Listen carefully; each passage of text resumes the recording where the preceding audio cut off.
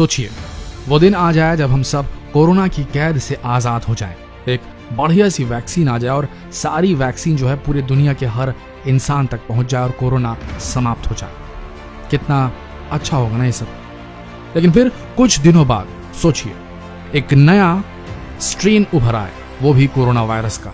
एक नया स्ट्रेन, एक ज्यादा खतरनाक स्ट्रेन, और शायद ऐसा स्ट्रेन कोरोना वायरस का जिस पर हमारी पुरानी वैक्सीन काम ही ना करे। तो क्या होगा? क्या एक सेकंड वेव आ जाएगी इस महामारी की पूरे विश्व में? क्या उस समय हम तैयार होंगे?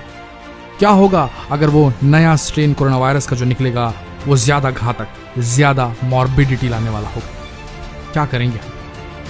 आइए जानते हैं क्या होगा अगर कोरोना वायरस बहुत तेज गति से म्यूटेट करेगा। म्यूटेशन, जी हाँ, म्यूटेट करेगा अगर कोरोना वायरस, तो क्या होगा? कितने खतरनाक परिणाम हो सकते हैं? हम सब यही चाहेंगे कि वायरस फिर से उत्पन्न ना हो, म्यूटेट ना करे।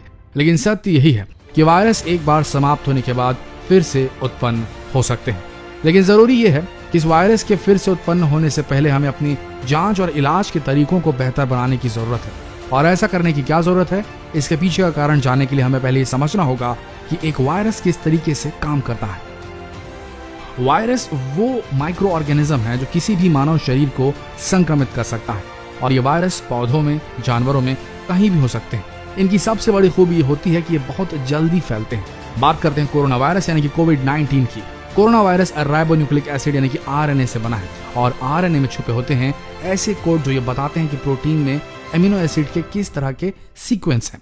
कोई भी वायरस तब वापस पैदा होता है जब उसके एमिनो एसिड के सीक्वेंस बदल जाते हैं, और इसे ही म्यूटेशन कहा जाता है। और जब भी कोई वायरस एक व्यक्ति से दूसरे व्यक्ति में संक्रमण फैलाता है, तब वो अपनी तरह की नई कई अलग अलग जेनेटिक कोड्स की कॉपीज बनाता है, जिसकी वजह से पूरे चांसेस रहते हैं कि वो फिर से नई तरीके से म्यूटेट हो सकता है, बदल सकता है अलग अलग शरीरों में जाते हुए, और नई तरीके से फिर से उत्पन्न हो सकता है। लेकिन कई बार ये वायरस भी अपने जेनेटिक कोड को कॉपी करने में गलती कर बैठते हैं, और इनकी सबसे बड़ी खूबी यही होती है कि अपनी इस गलती को जल्दी ही ठीक कर लेते हैं, और ये जितना ज्यादा फैलते हैं उतनी ही कॉपीज अपनी बनाते चले जाते हैं, जिसकी वजह से ये वायरस फिर से पैदा हो सकते हैं। वही कोरोना वायरस के केस में ये प्रक्रिया पहले ही शुरू हो चुकी है।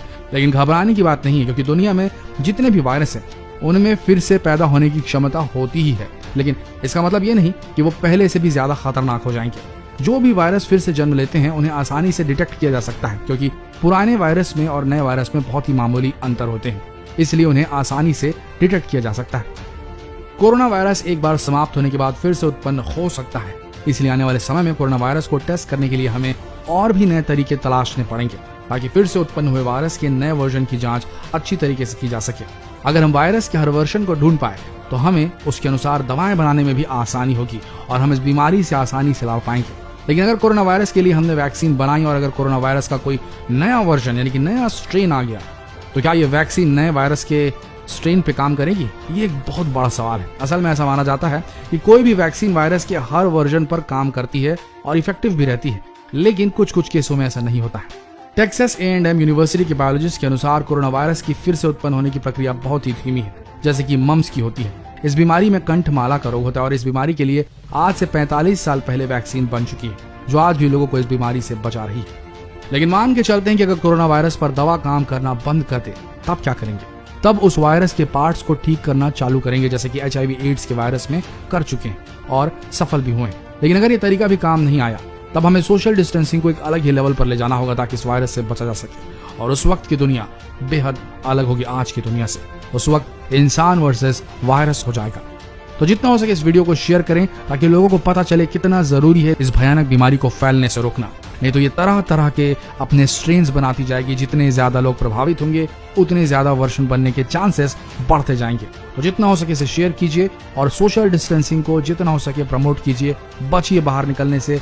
अगर आपके शहरों में लॉकडाउन खुल भी चुका है, तो भी कोशिश कीजिए कि कम से कम मूवमेंट करें, अब सावधानी बरतें, तभी हम आजाद हो पाएंगे और वो दिन देख पाएंगे जब पूरा विश्व एक बार फिर से नॉर्मलसी की तरफ बढ़ चलेगा, सब कुछ सामान्य हो जाएगा, कोरोना मुक्त हो जाएगा। फॉलो कीजिए हमारा पेज। मिलते हैं अगले वीडियो में, तब तक के लिए आप सबका धन्यवाद।